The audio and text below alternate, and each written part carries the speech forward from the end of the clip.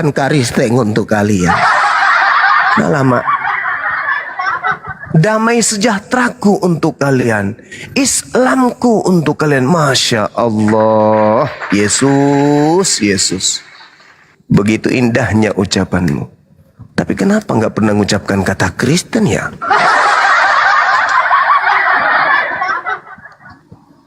Dipahami jawabannya? Ya, silakan Dinda. Sudah dipahami, Bang Niko, jawabannya? Oh iya, sama satu lagi Bang, kami ada pernah baca dulu tentang Nabi Muhammad. Beliau merupakan Nabi terakhir. Itu cerita beliau gimana tuh Bang? Nabi terakhir? Jadi betul. Nabi. Betul. Apabila ia datang seorang penolong lain, dialah yang akan mengajarkan segala sesuatu. Yohanes 14 nomor 16, aku akan minta kepada Bapa agar Bapa mengutus seorang itu berarti manusia, penolong lain, berarti dia yang akan menolong manusia. Bil bayyinati waz zubur wa anzalna ilaika dzikr litubayyana lin-nasi ma nuzzila ilaihim wa la'allahum yatafakkarun. Dialah seorang penghibur yang datang kemudian menyelamatkan seluruh umat manusia dalam bimbingannya dengan membawa kemudian risalah az-zikr, yaitu Al-Qur'anul Karim. Hebat bukan? Makanya di dalam Kisah Para Rasul 3 nomor 22, nomor 23, bukankah di dalam kitab Taurat dikatakan bahwa Tuhan akan mengutus seorang nabi yang sama seperti Musa? Barang siapa yang tidak mendengarkan ucapan nabi itu akan dibasmi dari umat kita. Kisah Para Rasul 3 nomor 22 sampai nomor 23. Subhanallah. Tunjukkan dalilnya. Tunjukkan dalilnya. Jadi bukan kemudian nabinya yang dibasmi. Dalilnya. Bukan nabinya yang dibasmi, tetapi dalilnya. Kenapa ini teriak-teriak nih? Kebiasaan. Kenapa?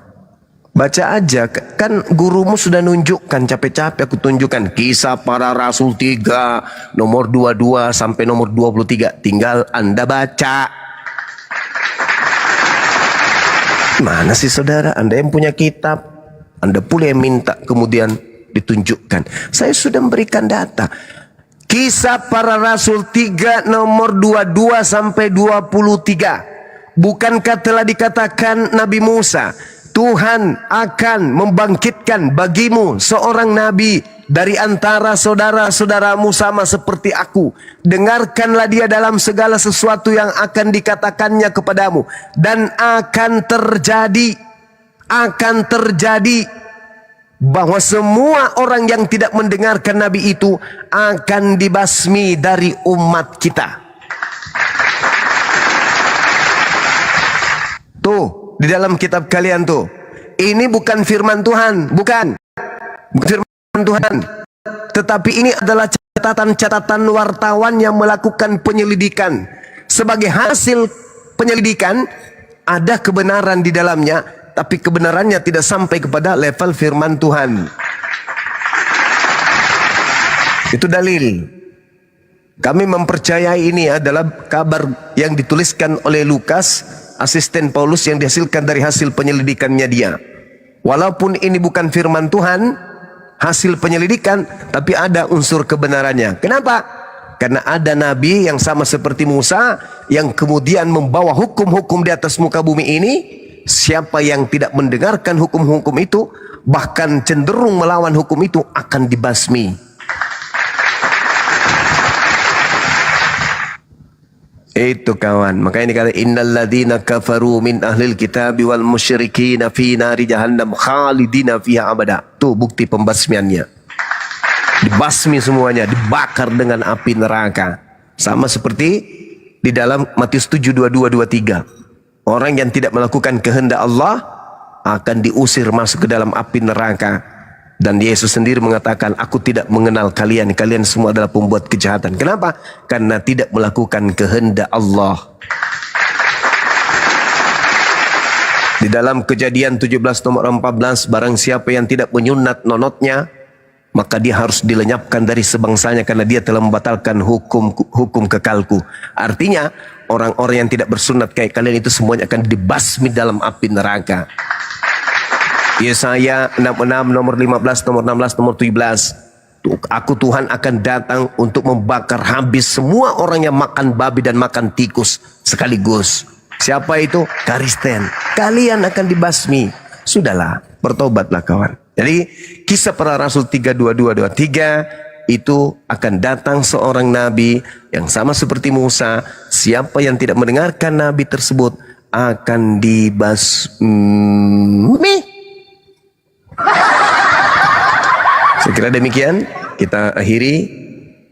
Wabillahi taufiq wal hidayah. Assalamualaikum warahmatullahi wabarakatuh. Waalaikumsalam. Terima kasih Gurunda, mantap, sudah ditutup. Oke, Niko sudah dipahami ya? Sudah bang. Tapi Oke, saya masih sudah. penasaran Nabi Muhammad itu orangnya gimana sih? Dia manusia, sebagaimana manusia pada umumnya. Beliau bermata dua, rambutnya sebahu. Beliau bertubuh kekar. Beliau orang yang tampan, manusia. Yesus juga manusia, sama dia. Bermata dua, berwajah, ya seperti itulah manusia. Kalau ciri-ciri kenabian pada Nabi Muhammad gimana sih bang? Ya, mungkin mau Gurunda sampaikan? Ya. Atau? Yang pasti beliau tidak botak kepalanya. Kemudian Lagi minum kopi keselak ya Allah. Astagfirullah. Ya, lanjut Gunda. di dalam Ulangan 18 nomor 18 dikatakan, aku Tuhan akan mengutus seorang nabi sama seperti Musa, aku akan menaruh firmanku di mulutnya. Ciri-ciri nabi yang sama seperti Musa, ada firman yang terlontar dari mulutnya yang tidak ditambahi dan tidak dikurangi. Dan ciri itu hanya ada pada diri baginda Rasul Muhammad sallallahu alaihi wasallam. Torah bagi Nabi Musa, Al-Quran bagi Nabi Muhammad. Ciri-cirinya memiliki firman Tuhan yang murni, tidak bercampur dengan perkataan-perkataan manusia, bahkan tidak bercampur dengan perkataannya sendiri. Itu tidak bisa dibantah. Silakan.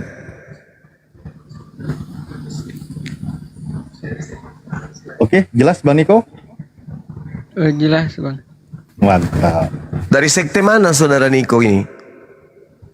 Saya Dari mana bang? Advent, Saksi Yehova, Mesianik, Protestan, saya tahu nih, bang. Katolik. Saya Kristen kurang belajar. Oh, Soalnya saya lepas aja gitu. masuk akal nggak kalau Tuhan menjelma menjadi bukan Tuhan? Kayaknya nggak mungkin. Nggak mungkin. Kalau Tuhan dibunuh manusia, boleh nggak? Kayaknya enggak sih. Soalnya kan itu tuh. Apalagi? Hmm. Ya udahlah kalau begitu. Belajarlah saudara ya. Mudah-mudahan bisa sampai kepada Islam ya. Terima kasih bang. Sama-sama. Ya, Selamat sering-sering malam aja. Ya, malam. Niko. Ya bang. Terus siapa nama Tuhan yang kau percaya? Yesus. Waduh, tadi mati. Mustahil Tuhan mati, kok percaya Tuhan Yesus Tuhan mati, gimana ini? Salah pabrik atau salah cetak ini bang? Usia berapa saudara Niko? 17 bang. Oh masih anak-anak, ya ya. Belajar lagi deh ya. Siap. Iya. Anak berapa? Hah? Anak. Belum punya anak bang? Anak kucing? Nggak ada. Oh nggak ada. Masih SMA berarti ya? Iya bang. Senjatanya udah dipotong belum? Kebetulan Saya udah bang waktu kecil dulu karena Udah mama pernah saya uji yang buat. udah pernah uji lapangan belum? Maksudnya? Ya, senjatanya masa di ini dipensiunkan? Enggak, masih lengkap Enggak dengan sih, sarungnya ya. mama Maksudnya saya belum pernah keluar. bilang kalau saya dulu juga disunat bang. Oh, syukurlah. Udah pernah uji lapangan? Belum. Belum. Iya, iya, iya. Tadi kan gini Niko. Iya bang.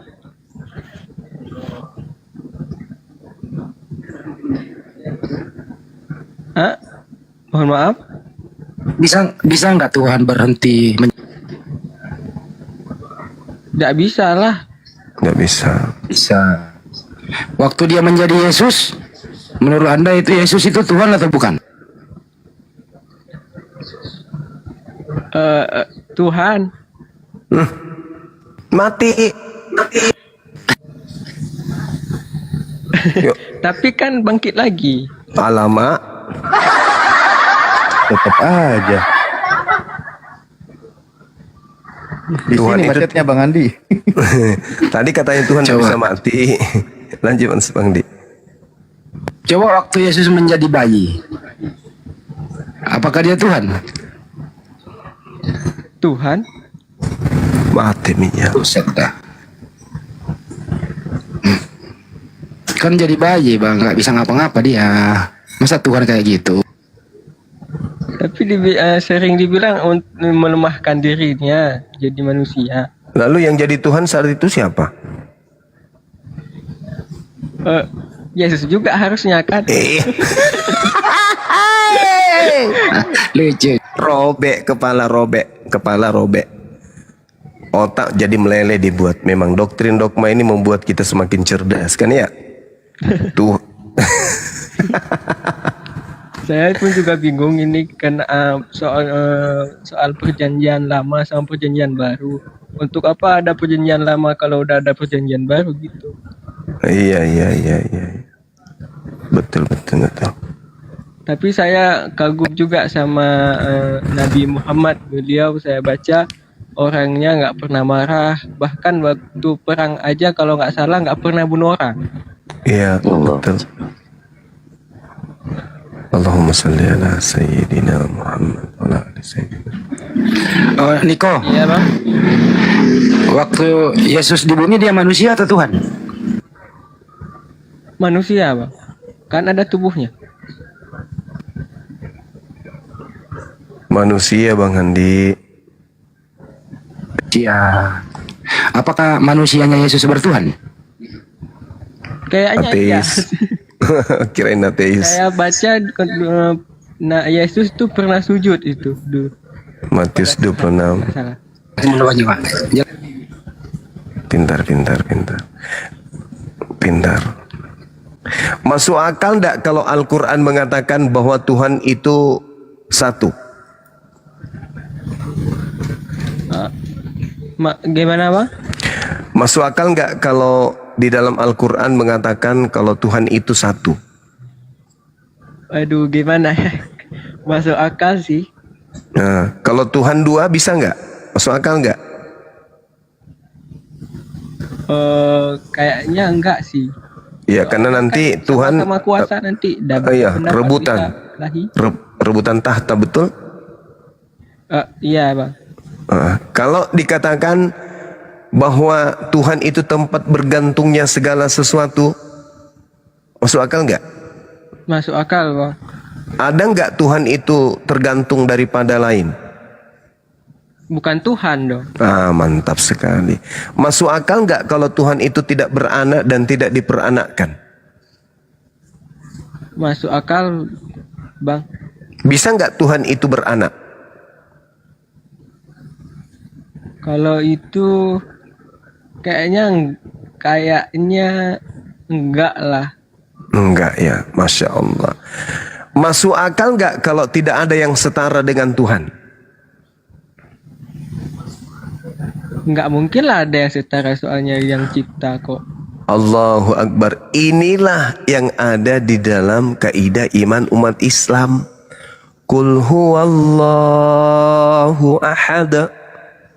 Katakanlah Tuhan itu satu. Allahus Samad. Tuhan itu tempat bergantungnya segala sesuatu. Lam yalid wa lam yulad. Tuhan itu tidak beranak dan tidak diperanakkan. Walam yakullahu kufuwan ahad. Tuhan itu tidak ada satupun yang setara dengan dirinya. Itu dalam Islam. Nah, kalau dalam Kristen, kul huwallahu ahad. Katakanlah Tuhan itu satu. Enggak cocok. Karena kalau dikatakan satu-satunya Tuhan adalah Yesus, Bapak mau kemana? Roh Kudusnya mau di ngapain? Allahus Samad.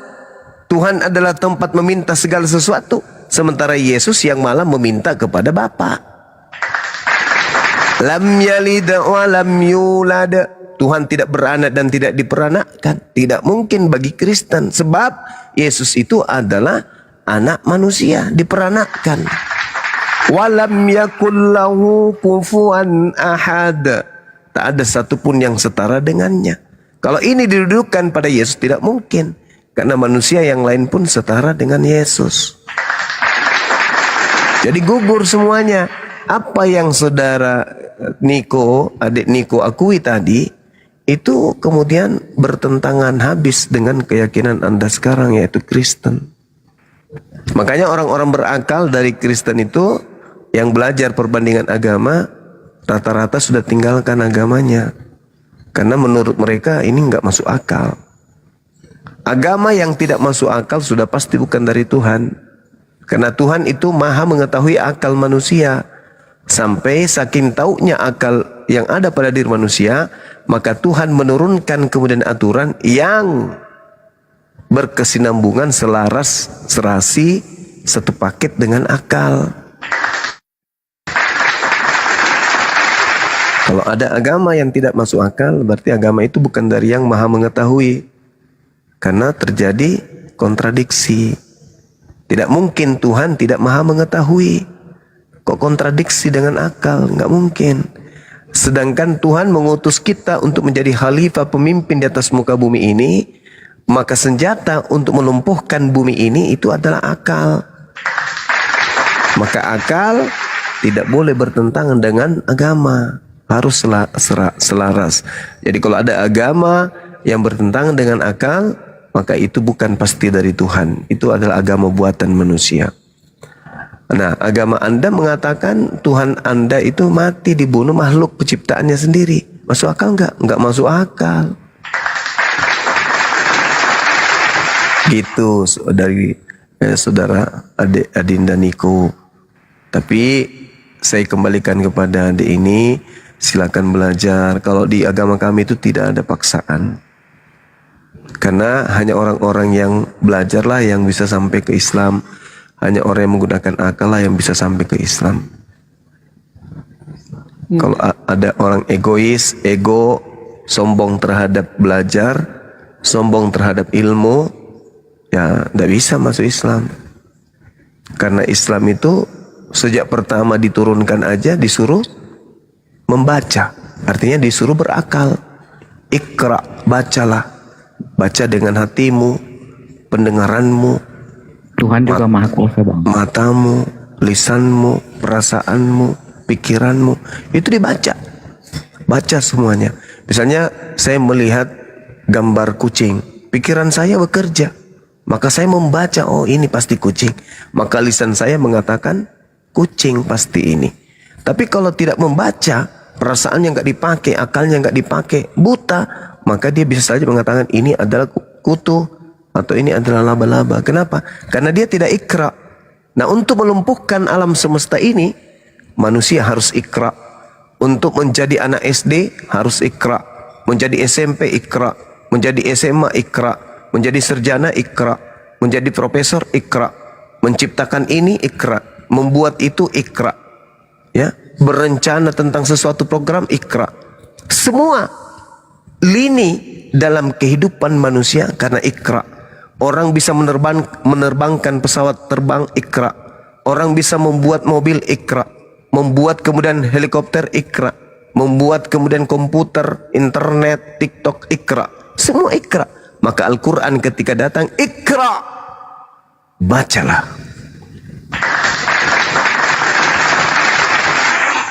Seperti itu saudari, adik-adik saya Niko. Jadi kalau mau sampai kepada kebenaran yang hakiki, maka Iqra, silakan sering-seringlah membaca. Jangan seperti pendeta, pastor, atau yang datang berdebat di kami. Coba Anda baca di dalam Matius 12 nomor 38. Apa katanya? Ya bacalah. Aku tidak bawa Bible. Aku lagi di pasar. Bible ada di rumah. Disuruh lagi. Ya buka aja di Google. HP ku cuma satu. Kalau aku buka di Google, nanti saya terlempar keluar. Artinya dia tidak membaca. Bagaimana mau sampai kepada kebenaran? Kitab yang dianggap suci, yang menjadi pedoman imannya saja enggak ditahu. Lucu itu. Artinya tidak ada kecintaan kepada kitab suci tersebut. Artinya kitab itu tidak memiliki daya tarik. Sampai-sampai pemegangnya, umatnya yang mengatakan ini pegang apa kitabnya, itu tidak tertarik untuk membacanya. Kalau Al-Quran coba. Al-Quran ketika dibacakan, jangankan umat Islam, di luar Islam pun jatuh cinta terhadap Al-Quran itu. Hal unabbi'ukum ala man tanazzalus sayatin. Tanazzalu ala kulli affakin adhim. Yulquna as-sam'a wa aktharuhum kazibun.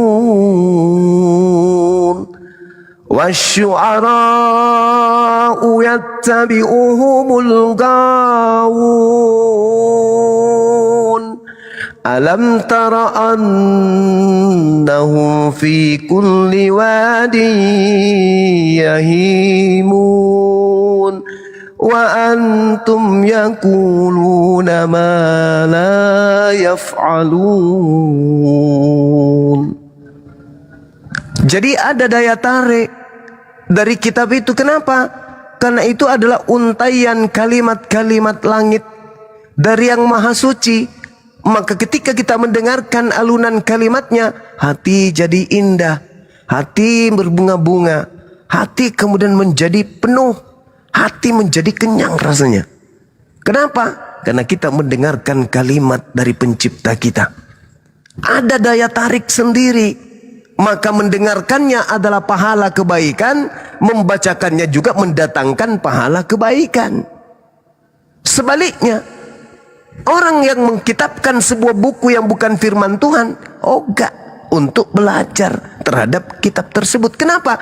Masing-masing dua ini, antara pemegang kitab dan kitabnya, itu seperti magnet yang saling kutub B dengan B, saling tolak menolak.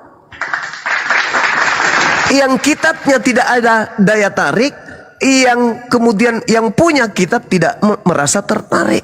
Berbeda dengan Quran. Anak-anak kecil yang baru belajar bicara akan cinta terhadap Al-Quran. Dari kecil umat Islam itu diajarin kemudian membaca Quran. Iqra bismi rabbikal ladzi khalaq, khalaqal insana min alaq. Iqra wa rabbukal akram, alladzi 'allama bil qalam, 'allamal insana ma lam ya'lam. Kalla innal insana la yatgha ar-ra'ahu istaghna. Inna ila rabbika ruj'a.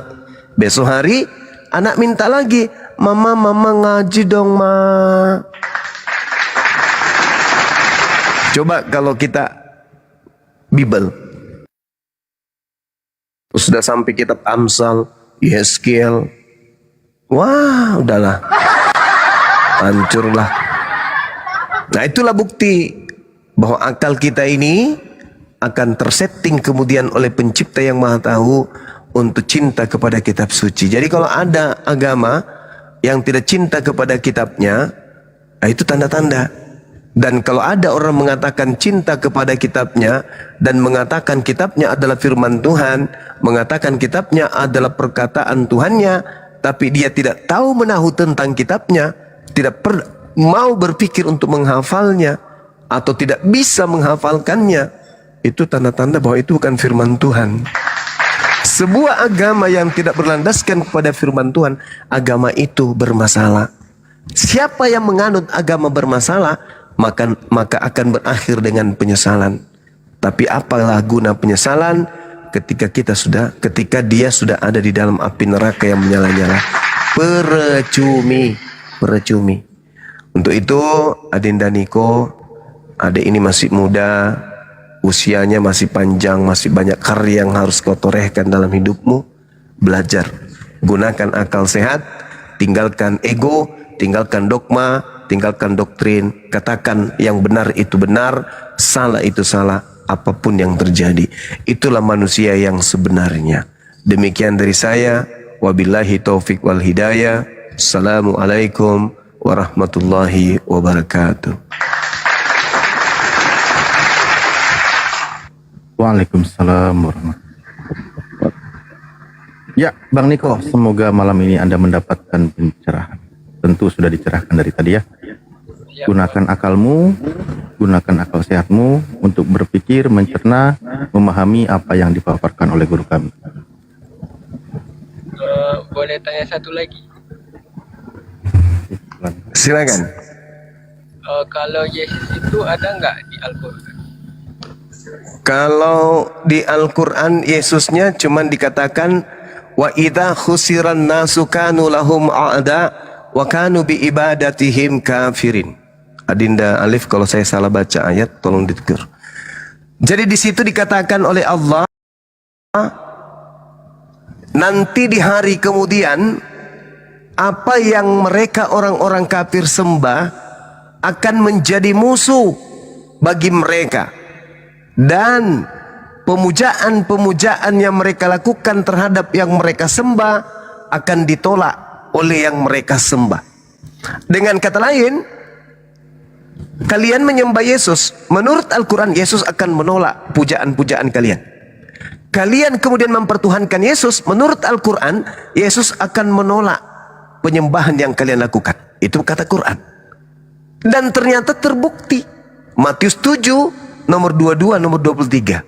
Pak, kata Yesus, pada hari terakhir nanti banyak orang akan memanggil aku Tuhan, Tuhan, bukankah kami ketika di dunia bernubuat pakai namamu, mengusir setan pakai namamu, bermukjizat pakai namamu? Kata Yesus, pada hari itulah aku Yesus akan berterus terang kepada mereka, enyahlah daripadaku, aku tidak mengenal kalian, kalian semua adalah pembuat kejahatan. Berarti yang disinggung oleh Al-Quran tadi adalah Yesus. Begitu saudara, gitu Adinda. Kalau sakit giginya udah lama Niko, enggak sakit gigi, Pak. tapi sakit gusi. Ya, suaranya kurang keras Bang Niko. Suara Bang Niko kurang kenceng. Mohon maaf. Ini saya mau nanya soal ini. Saya sering lihat orang Kristen yang untuk bela-bela agama sering bilang bahwa Injil ini nggak pernah dirubah, tapi Muslim percaya kalau Injil ini udah dirubah. Diubah yang mananya, Pak? Ya, di dalam kitab saudara Markus 1 nomor 14, Yesus datang ke Galilea memberitakan Injil Allah. Ketika saudara bertanya, apa yang dirubah? Injil yang dimaksud oleh Al-Quran itu adalah Injil yang datang kepada Nabi Isa alaihissalam, yaitu Nabi yang lahir di tengah-tengah Bani Israel tanpa ayah. Dan di dalam Kristen, orang yang lahir tanpa ayah di tengah Bani Israel itu bernama Yesus. Nah, kebenaran di dalam kitab saudara Markus 1 nomor 14, di situ Yesus memberitakan Injil Allah. Sudah pasti ketika Nabi Isa menerima Injil, Injilnya dari Allah. Ketika Nabi Isa menjelaskan tentang Injil, berarti dia sedang menjelaskan Injil Allah. Berarti Injil yang dimaksud Al-Quran adalah wahyu yang diterima oleh Nabi Isa alaihissalam, yaitu apa yang diterima oleh Yesus. Nah, Yesus membicarakan dan mengajarkan, mengabarkan tentang Injil Allah. Mana Injil Allah tersebut yang diberitakan oleh Yesus? Gak ada lagi kan? Yang ada pada Kristen hanya Injil Markus, Injil Yohanes, Injil Matius, Injil Lukas. Sedangkan Yesus mengajarkan Injil Allah. Tidak pernah Yesus mengajarkan Injil Lukas, Injil Markus. Tidak pernah Yesus itu mengajarkan surah-surah Paulus. Berarti Injil sudah mengalami perubahan. Seperti itu. Adik siapa Niko? Apakah Yesus memberitakan Injil Lukas? Nehi, tidak. Apakah Yesus memberitakan Injil Yohanes? Enggak. Injil Markus? Enggak. Injil Matius? Enggak. Injil Allah yang disampaikan oleh Yesus. Sama enggak? Enggak sama. Berarti sudah dirubah. Nah, itulah yang dikatakan Al-Quran. Ya ahlal kitab, lima talbisunal haqqa bil batil wa taktumul haqqa wa antum ta'lamun. Seperti itu, Adin dan Niko. Ini mau bahas soal Nabi Musa, Bang. Nabi Musa. Di Ya. kitab saya sering dengar pendeta bilang Musa langsung berbicara dengan Tuhan Iya. di Bukit Tursina. Terus Apakah Tuhan yang berbicara dengan Musa itu Yesus? Tapi sedangkan Yesus lahir setelah Nabi Musa. bukan. Yesus itu bukan berbicara kepada Nabi Musa, bukan. Dia itu manusia yang hadir setelah dilahirkan oleh ibunya. Oh, Ya. oh gitu. Iya, itu ucapannya di dalam Yohanes 8:42. Aku datang bukan atas kehendakku sendiri. Berarti dia bukan Tuhan. Tapi dia adalah manusia yang dicipta berdasarkan atas kehendak Tuhan. Kalau ini kayak sering Kristen bilang Nabi Muhammad, mohon maaf Bang, pedofil itu betul nggak kawin dengan anak 9 tahun? Nah, kalau dikatakan pedofil, harus ada korbannya. Pedofil itu harus punya korban. Kenapa? Karena pedofil ini itu adalah satu kelainan seksual yang cenderung suka kepada anak-anak. Ya. Artinya kalau kata pedofil ini menyeramkan bagi kita nih, apatah lagi bagi korbannya. Jadi kalau berbicara mengenai pedofil, harus ada pelaku. Tapi harus ada korban. Tidak disebut kemudian seseorang itu pedofil kalau tidak ada korbannya. Nah, Nabi Muhammad SAW tidak ada korban pedofil yang ada pada dirinya. Gak ada.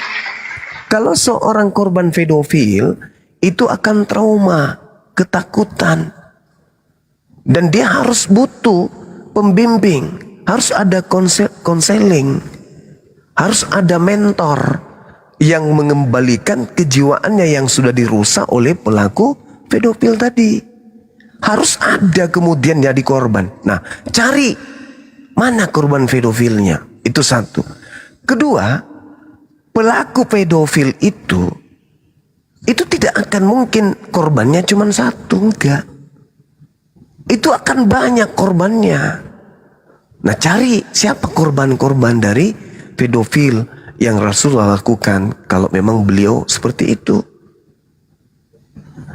Ketiga, Kalau Rasulullah itu pedofil, berarti yang pantas menggelarinya adalah orang yang sezaman dengannya. Bukan orang yang hidup 2000 tahun setelahnya. Cari siapa yang pernah mengatakan Rasulullah demikian. Orang tua dari korban pedofil yang dia lakukan, keluarganya, masyarakat setempat, atau siapa? Tak ada sama sekali. Berarti itu adalah tuduhan yang dihasilkan dari berita hoax yang tidak bisa dipercaya. Baginda Rasulullah Muhammad SAW kemudian menikahi istrinya Siti Aisyah. Itu di antara usia 17 tahun dan 18 tahun. Bagaimana dengan cerita yang mengatakan dia dinikahi dan serumah 9 tahun? Ya periksa perawihnya, lihat sanadnya. Karena secara histori, sejarah, perang Uhud, perang Badar, syaratnya untuk ikut harus berusia minimal 15 tahun. Sedangkan Siti Aisyah ikut pada saat perang Badar. Berarti Rasulullah sudah hidup, berarti Siti Aisyah sudah berusia 15 tahun pada saat perang Badar, perang Uhud. Sedangkan pada saat perang Badar, Siti Aisyah belum menjadi istri Rasulullah. Ini sejarah. Sejarah yang tidak bisa kemudian dipungkiri, karena itu adalah kejadian. Kejadian yang benar-benar terjadi. Perang Badar, Siti Aisyah belum menjadi istri. Dan di situ usianya sudah 15 tahun. Berarti gugurlah yang tadi. Gugur yang tadi. Nah, sedangkan Siti Aisyah sedikit pun tak ada tanda-tanda kalau dirinya itu korban pedofil. Justru satu-satunya istri dari sekian ada istri Rasulullah, di antara istri-istrinya, Siti Aisyah lah yang paling banyak menghafal perkataan-perkataan Rasulullah. Bagaimana mungkin seorang korban pedofil mau menghafal setiap kata dari pelaku pedofil terhadap dirinya? Bagaimana mungkin seorang korban pedofil menderita setelah ditinggal oleh suaminya, oleh pelaku pedofil terhadap dirinya? Gak mungkin. Justru mendengarkan suaranya saja korban pedofil akan trauma yang sangat-sangat dahsyat. Bahkan bisa sampai berujung kepada bunuh diri. Minimal orang itu gila. Ketika dia dewasa akan menjadi trauma yang sangat panjang. Bagaimana mungkin? Sedangkan Siti Aisyah sedikit pun tak ada tanda-tanda itu. Bahkan dia sangat-sangat mencintai Rasulullah. Jadi tuduhan ini anak muncul dari barat, dihembuskan sampai ke Indonesia. Tak ada itu. Rasulullah bukan pedofil. Itu yang ingin saya sampaikan kepada saudara atau Adinda Niko. Justru kalau kita berbicara dan berdasarkan akal sehat, Maria, ibu dari seorang anak bernama Yesus. Maria adalah seorang perawan. Tiba-tiba saja disobek selaput darahnya oleh seseorang yang katanya Tuhan. Kalau dia Tuhan, apa pentingnya merobek selaput darah? Kalau dia Tuhan, apa urgennya dia datang lahir dalam kandungan membuat kemudian seorang wanita perawan dituduh dan diusir dari kampungnya gara-gara hamil tanpa suami? Kalau dia seorang yang ternyata adalah Tuhan, apa coba kebutuhannya sampai dia harus keluar melalui rahim, melalui vagina, melalui selaput darah? Kalau dia adalah Tuhan, apa coba manfaatnya untuk alam semesta ini dia jadi bayi dulu? Kalau dia adalah Tuhan, apa coba yang diinginkan sampai dia harus nangis dulu baru netek?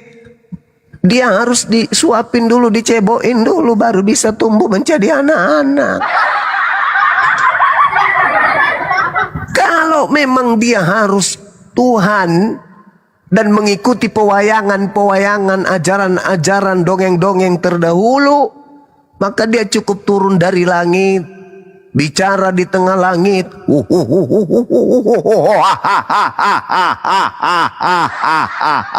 Wahai segenap penduduk bumi, wahai semua makhluk yang ada di atas bumi, semua, yang membelakang, hadap sini. Lu yang lagi cek jangan cebok dulu, hadap sini dulu. Lu yang tidur, bangun, aku datang. Lu yang jadi main gaplek, berhenti. Lu yang jadi lagi minum balok, berhenti dulu. Nonton film, berhenti semua, menghadap ke saya. Dengarkan oleh kalian, akulah Tuhan kalian. Itu baru boleh. Sekaligus kayak gitu, biar ini bagus, cerita filmnya bagus. Tuhan jadi bayi dulu. Gimana toh? Kalau dia tidak disusuin, tidak disuapin, lah nggak disusuin, bagaimana mau bertumbuh? Nggak bisa dia cari susu peras sapi sendiri, nggak bisa.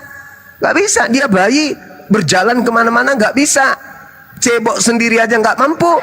Kayak mana dia mau bertumbuh? Kalau dia kemudian tidak disuapin sama emaknya, kena busung lapar. Ini apa ini, kok usil kali? Kalau dia Tuhan dan pingin kali dianggap Tuhan, bikin cerita film pewayangan kayak tadi. Hahaha, hihi. Tinggal dipilih huruf mana yang dia mau pakai supaya dianggap Tuhan. Hihihi, hahaha, akulah Tuhan. Bisa kayak gitu.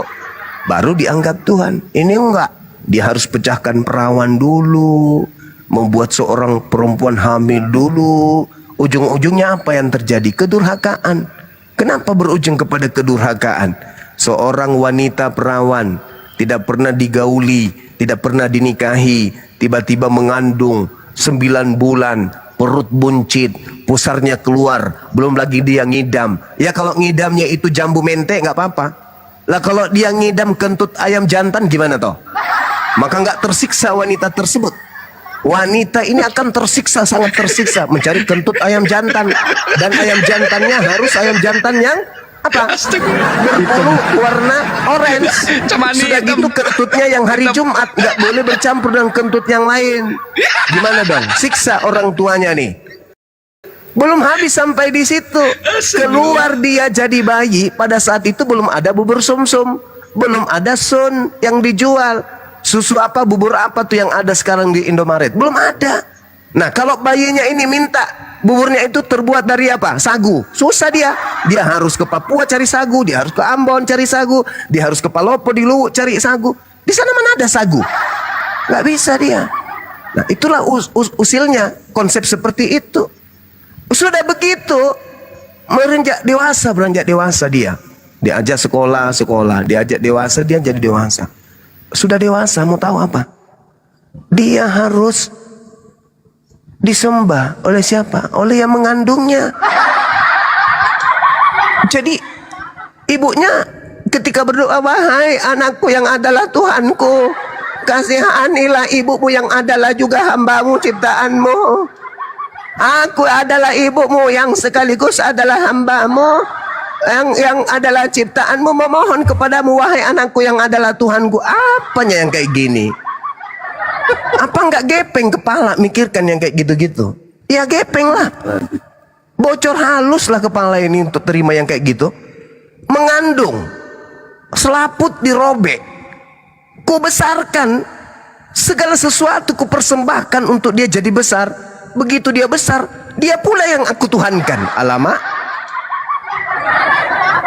Wahai anakku yang adalah Tuhanku, kasihanilah ibumu yang juga adalah ciptaanmu.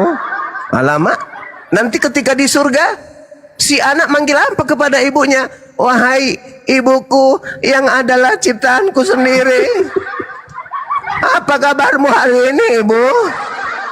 Maafkan anakmu yang terlalu tinggi jabatannya harus menjadi Tuhanmu. Gila kan? Itu belum seberapa tuh. Si ibu memiliki saudara. Jadi tante pun punya.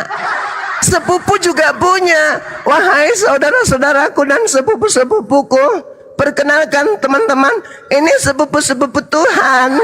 Dan ini tanteku Elizabeth adalah tante dari Tuhan pencipta langit dan bumi. Dan pamanku Zakaria juga adalah omnya Tuhan. Gila kan? Mungkin mana? Rasulullah dituduh pedofil, sementara Tuhan yang mereka sembah usilnya minta ampun. Gila kan? Bisa terjadi nepotisme. Ketika kemudian sepupu Tuhan korupsi, koruptor, banyak dosa, ketika di hari pengadilan, ini saudara dengan saya, ini sepupu dengan saya, ini sepupu.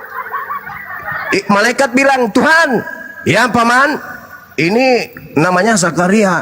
Terus, ini dosanya terlalu banyak Tuhan, dia harus disepak sampai ke neraka. Tunggu dulu, jangan kayak gitu. Ini om saya, bro. Ini suami dari tante saya Elizabeth. Jangan kayak gitu kali lah, kan aku Tuhan. Jadi gimana, bos? Ya udah lewat jendela lah masuk, biarkan ke surga lewat jendela. Tapi dia ya simpang aja di desa, ketemu dengan artis-artis, yang penting surga deh. Nepotisme terjadi, coy. Kalau Tuhan usil jadi kayak begitu, itu namanya Rambo Kabona. Nah ini, jadi gimana ceritanya? Kita memiliki konsep agama yang merobek-robek kemanusiaan kita. Naluri kemanusiaan kita menjadi naluri kebinatangan. Karena kan itu disebabkan akal sudah tak berfungsi sudah. Wahai Tuhanku yang adalah anakku, kenapa sih kamu harus tidak mengistimewakan aku? Tetanggaku kemarin kena sariawan, aku ibumu, kau kasih juga aku penyakit sariawan. Malah anusku yang sebelah kiri tumbuh bisul. Kejam kali kau, wahai anakku yang adalah Tuhanku. Bah, parah kalau ada agama kayak gitu. Mungkin mana lagi, itu konsep loh, itu konsep. Bahkan saya biasa berdialog, berdiskusi. Wahai saudara, ya paman, tua mana Maria dengan Yesus? Apa katanya? Tua Yesus. Tua mana? Yang melahirkan atau yang dilahirkan? Tua yang dilahirkan katanya. Apa enggak gimpe kepala kita menghadapi orang yang kayak gitu? Hilang ingatan kita langsung dibuatnya cahayu. Parah itu Dinda. Parah itu adik Niko. Jadi mumpung dirimu masih bisa lah diselamatkan ya. Keluarlah dari konsep-konsep pewayangan kayak gitu. Karena itu tadi di awal, Qul huwallahu ahad. Katakanlah Tuhan itu ahad. Allahus samad. Tuhan itu tergantung kepadanya segala sesuatu. Bukan dia yang tergantung kepada ibunya. Mama, karena aku belum sanggup berjalan, Ma. Ya kenapa anakku yang adalah Tuhanku? Tolong kemudian tetein aku dong. Aku mau meme. Oke, mana kalau datang ke gini, hancur dunia ini, hancur. Ngeri kalau ada yang kayak gitu-gitu, ngeri. Nah, jadi satu-satunya solusi untuk menerima keadaan seperti itu doktrin dan dogma. Nah, itulah yang terjadi saat sekarang. Kami Apologet Islam Indonesia hadir untuk menyampaikan risalah kebenaran itu, tapi ya acap kali dibilang penghujat, penista dan seterusnya. Padahal ya ini karena cinta kasih.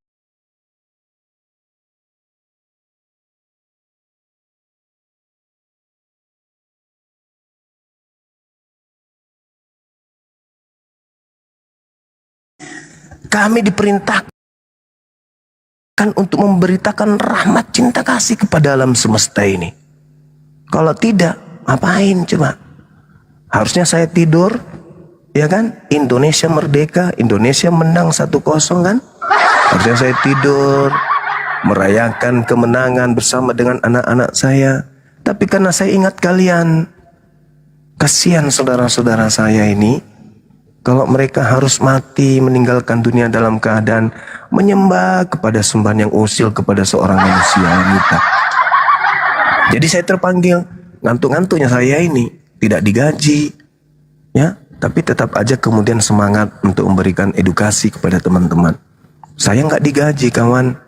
Saya tidak nggak digaji. Ya.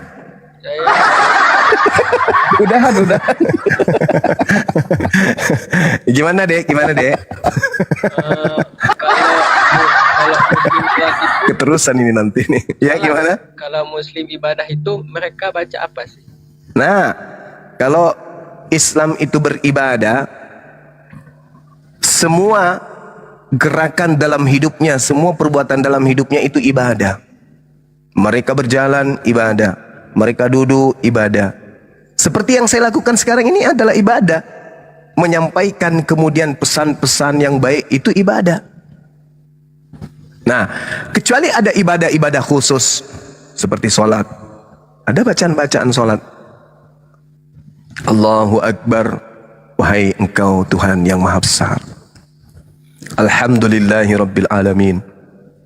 Segala puji bagi Allah, Tuhan semesta alam. Itu bacaan-bacaan kami di dalam sholat. Ar-Rahmanir Rahim, yang maha pemurah, yang maha pengasih lagi maha penyayang. Kemudian Malik Yaumiddin, dikau yang menjadi pemilik hari pembalasan. Iyyaka na'budu wa iyyaka nasta'in. Hanya kepada engkau lah kami menyembah dan hanya kepada engkau lah kami memohon pertolongan. Ihdinas siratal mustaqim. Tunjuklah kami kepada jalan yang lurus. Siratal ladzina an'amta 'alaihim, yaitu jalan orang-orang yang telah kamu beri nikmat kepadanya. Ghairil maghdub 'alaihim waladdallin. Bukan jalan mereka yang engkau murkai, bukan juga jalan mereka yang sesat. Itu salah satu bacaan pada saat umat Islam itu ibadah, pemujaan kepada pencipta langit dan bumi. Seperti itu. Tapi kalau semisal anak-anak yang baru belajar Islam, itu sesuai dengan kesanggupannya di dalam ibadah kepada Allah.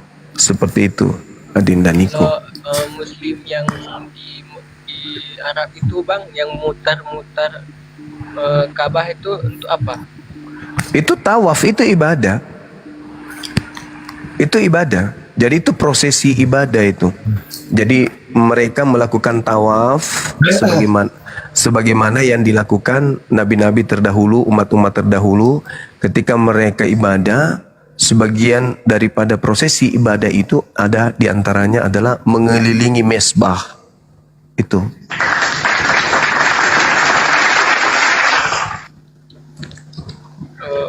Makasih bang untuk malam ini. Saya dapat banyak ilmunya. Iya. Kalau berbicara mengenai mutar-mutar atau tawaf di Ka'bah, itu nanti bisa dibaca di di Mazmur 26 nomor 6. Mazmur 26 nomor 6. Ya, jadi mengelilingi rumah ibadah atau mesbah atau baitel atau bait Allah atau bait Allah atau baitullah, itu bisa dilihat di Mazmur 26 nomor 6. Aku membasuh tanganku, tanda tak bersalah, lalu berjalan mengelilingi rumahmu, ya Tuhan. Seperti itu. Saya kira demikian untuk sementara. Ya, tapi yang membuat saya kagum sama Islam itu adalah Nabi Muhammadnya sih. Allahu Akbar, Allahu Akbar, Allahu Akbar, Allahumma salli ala sayyidina Muhammad wa ala Perilaku beliau sallu ala nabi. meskipun bukan kitab ya, tapi buku-buku cerita. Allahu Akbar, Masya Allah. Pernah nggak baca Lagi, buku? Bang, ini Ya, apa gimana? sih yang diajari sama Nabi Muhammad itu? Ya, diajari cara mendapatkan ridho dan rahmat Allah dan membimbing kami umat manusia agar kami ini suci. Karena yang bisa masuk ke surga hanya orang suci. Al-Quran menjelaskan kemudian dalam surah Al-Jumu'ah, kedatangan beliau baginda Rasul Muhammad SAW itu untuk mensucikan manusia. Huwallazi ba'atha fil ummiyina rasulan minhum yatslu alaihim ayatihi wa yuzakkihim. Jadi kalau di Kristen itu ada dogma Yesus menebus dosa, kalau di Islam Nabi Muhammad bukan penebus, Tapi Nabi Muhammad adalah penghapus dosa. Jadi Nabi Muhammad menghapuskan dosa, bukan menebus dosa, tapi menghapuskan dosa. Contoh, saya memiliki dosa, kemudian saya beribadah, saya puasa, saya beramal soleh, memberikan rezeki sebagian kepada saudara-saudara, maka itu adalah menghapuskan dosa saya. Amalan-amalan ibadah yang saya lakukan, yang diajarkan oleh Nabi Muhammad, itu adalah amalan-amalan penghapus dosa. Jadi Nabi Muhammad itu datang wa yuzakkihim, untuk mensucikan manusia Islam. Beliau mensucikan. Apa buktinya? Al-Quran surah At-Taghabun, ketika kemudian ada di antara umat Islam ini mati membawa dosa, lalu kemudian dalam hidupnya tidak pernah syirik, tidak pernah menyembah selain daripada Allah, dan dalam hidupnya melakukan amalan-amalan saleh, maka apa kata Allah? Yauma jama'akum liyaumil jam'i dzalika yaumut taghabun wa may yu'min billah wa ya'mal shalihan yukaffir anhu sayyi'ati wa yudkhilhu jannah tajri min tahtihal anharu khalidina fiha abada. Zalikal fawzul azim. Ketika kemudian hari kiamat berlalu, lalu manusia dibangkitkan, lalu dihimpun mereka seluruhnya, masa hari penghakiman, dosa-dosa kemudian diungkapkan pada saat itu. Kata Allah, wa may yu'min billah wa ya'mal shalihan yukaffir anhu sayyi'ati wa yudkhilhu jannah. Dan barang siapa di antara mereka kemudian beriman kepada Allah pada saat hidup di dunia dan mengerjakan amal saleh pada saat dia hidup di dunia, maka niscaya Allah akan menghapuskan dosa-dosanya dan memasukkannya ke dalam surga. Mereka kekal hidup di dalamnya selama-lamanya. Itulah keuntungan yang sangat agung. Artinya Nabi Muhammad ini penghapus dosa. Bukan beliaunya, tapi ajarannya. Dengan mengikuti ajaran beliau, maka dosa-dosa umatnya akan dihapuskan. Jadi dia bukan penebus, tetapi dia adalah penghapus. Keren mana kira-kira? Penebus dengan penghapus. Oh, keren penghapus. Masya Allah.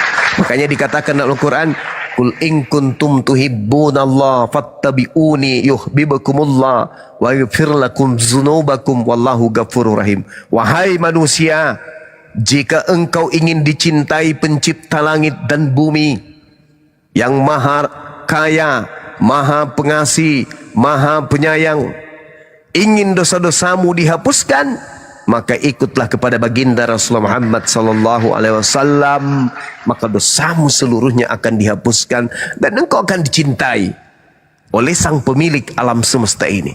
Kalau kita dicinta oleh Pak Desa, bangga kita kan? Kalau kita dicinta oleh Pak Camat, senang kita. Dicinta sama Pak Bupati, wah happy-nya kita.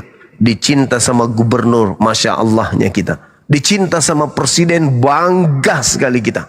Bahkan cenderung karena cintanya, karena dicintainya, maka kita merasa sombong, bangga. Karena kita dicintai oleh orang yang hebat. Lalu bagaimana kalau yang mencintai kita itu ada pencipta alam semesta ini? Subhanallah. Kalau kita sudah dicintai oleh pencipta, tidak mungkin pencipta memasukkan kita ke neraka. Kemana sang yang maha pencipta yang mencintai kita ini menyimpan kita ketika kita dicintainya? Surga. Maka untuk masuk surga, satu-satunya jalan adalah mengikuti baginda Rasulullah Muhammad sallallahu alaihi wasallam. Jangan yang lain. Saya kira begitu.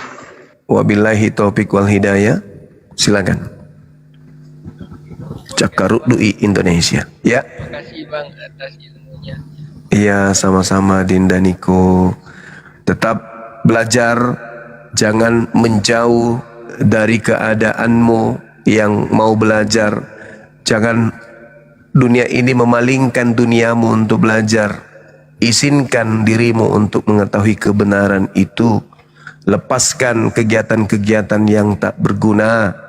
Jangan terlalu banyak santai, happy, bahagia berhura-hura, tapi sibukkan dirimu dengan belajar. Pelajari Bible, silakan.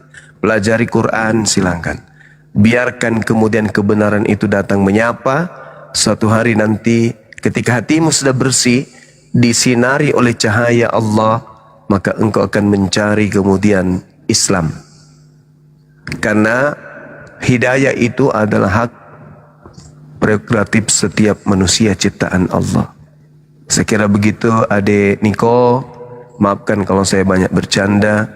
Yang pada intinya apa yang saya sampaikan ini adalah benar-benar apa yang saya temukan di dalam Al-Quran, dan guyonan saya itu berlandaskan kepada apa yang tertulis dalam Bible. Saya kira begitu. Baik Bang, terima kasih ya. Iya, sama-sama. Silakan. Baik Bang, terima Masya Allah. Jadi gimana Dede Niko? Silakan. Dede Niko masih percaya Yesus itu Tuhan? Ah. Jadi Udah kok ketawa. Sudah ragu kan? iya. Seingat nanti nyari kentut ayam jantan warna pink. Yang bulunya warna pink, kentutnya di hari Jumat. Kalau saya sarankan sih cari ayam manuk bolong, manuk bolong kepang. Allah. Tuhan pamit Bang ya. Iya, iya, iya. Iya, silakan. Belajar terus. Sambil main futsal boleh belajar. Kecuali tidur ya. Nah, nanti kau yang menyimpulkan sendirilah. Selangkah lagi itu. Ya, ada TikToker. Selamat pagi. Dibuka mute-nya, Bang. Iya pagi. TikToker. Halo, Bro. TikToker.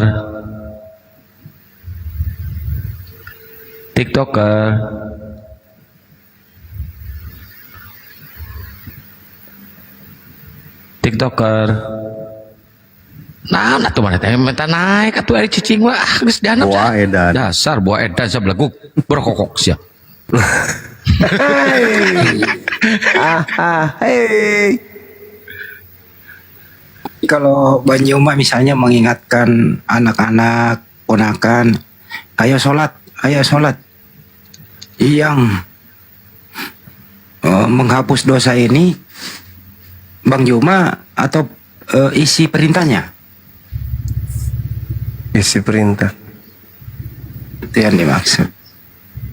Jadi kalau ada orang yang mencium ajar aswad itu, ajar aswadnya atau sunnahnya?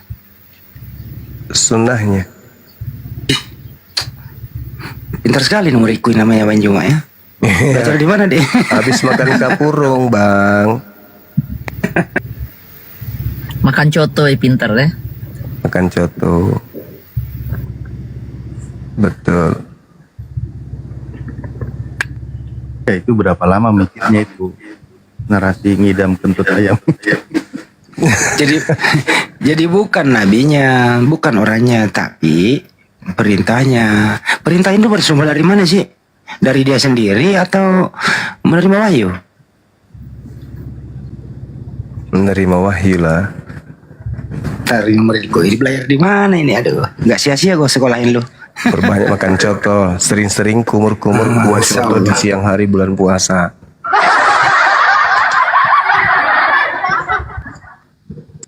Tapi banyak juga loh saudara kita. Siang-siang jalan, cari warung, seakan-akan dari jauh warung itu nggak buka. Padahal di luarnya ada tenda menutup, di dalamnya buset dah. Siapa tuh orang di dalam? Ayo, ngaku-ngaku semua nih, ngaku pernah ngalamin kan nih? Siang-siang makan coto, tapi ditutup. Di Petarani. Oten itu Bang Andi, oten. Yuk, Muslim ngaku bertobat sekarang. Bayar, ingat berapa yang kau sengajakan itu?